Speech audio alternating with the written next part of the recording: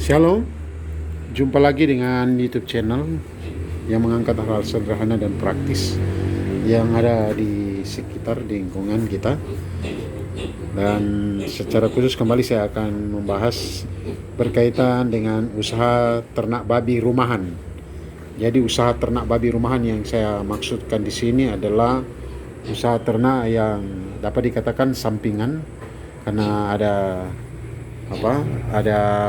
usaha-usaha, ada pekerjaan yang lain, dan juga dalam skala kecil. Jadi pemaparan saya hanya berupa pengalaman, sharing pengalaman beternak babi, seperti yang sudah kami jalankan sekitar berapa tahun ya, dari 2005 atau 2006 sekitar itu. Oke. Saat ini saya akan membahas untung rugi penggunaan pakan kering. Pakan kering dalam hal ini kami sudah pernah menggunakan beberapa pakan kering, tetapi akhirnya saya mengambil keputusan untuk memakai 551. Memang mestinya ada 552 untuk pembesaran, atau 551 kan untuk starter. Tetapi dari pengalaman kami 551 pelihara 1-2 bulan sudah laku dijual karena pembesarannya cukup cepat. Ini berkaitan dengan tentunya dana, pemanfaatan dana. Jadi sekarang saya akan membahas untung rugi penggunaan pakan kering. Nah, pertama-tama soal keuntungannya. Soal keuntungannya yaitu kalau kita pakai 551 pakan kering itu dia cepat, pembesarannya cepat. Nah, ini saya contohkan, ini sudah diberi makan sekitar 10 hari. Memang waktu beli mungkin anak babi ini masih sekitar 6-7 minggu.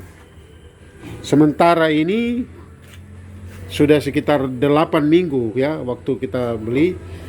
Nah, ini pembesarannya kelihatannya yang lalu lebih cepat, karena yang lalu kita fokus ke pakan 551 1 bulan penuh menggunakan 551, dan kita lihat pembesarannya cukup cepat, dan akhirnya 1 bulan ada yang sudah sekitar 35-40 kilo, sehingga ada yang sudah beli. Nah, ini sudah 3 minggu atau 4 minggu campuran 551 dan ampas tahu. Jadi perbandingan 551 ampas tahu 2 dan bubur beras jagung. Nah, sekarang apa untungnya ya? Untung pertama kalau kita pakai 551 atau pakan kering, pertama praktis. Ya, praktis. Yang kedua, 551 ini cepat besar. Jadi babinya cepat besarannya. Dan tentunya itu yang kita harapkan, pembesarannya cepat. Tetapi apa yang menjadi kerugian bagi kita, yang kalau saya katakan dulu peternak babi rumahan tetapi orang kantoran, karena kita kerja dari pagi sampai sore, baru kita akan mengurus babi. Oh ya, selanjutnya ini rencana saya pelihara ayam di sini. Kandang kurang lebih ukurannya 10 kali 13 meter. Nanti mau ditaruh ayam Bangkok dan bebek atau entok. Nah, kita lihat ini 551. Ini sudah tinggal beberapa sak. Ada anjing beranak di dalam ini, ada anak anjing cantik-cantik. Ini ada anak kambing. Oke, 551 kalau di Manokwari harganya sudah 580. Nah, sekarang kita kerugiannya atau masalahnya kalau kita pakai pakan kering adalah kita harus sering memberi minum.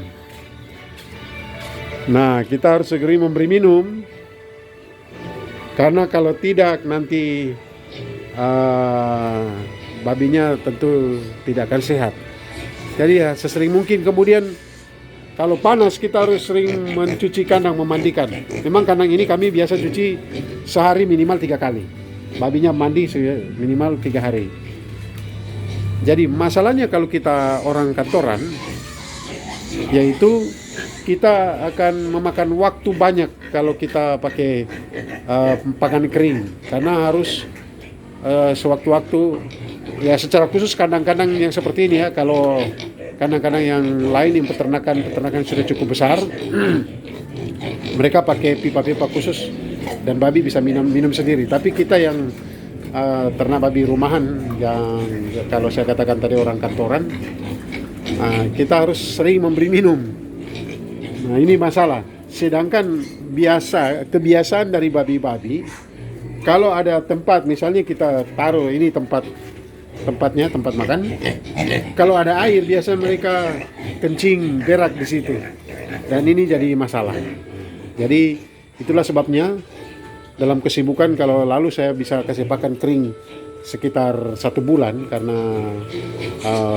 banyak waktu libur.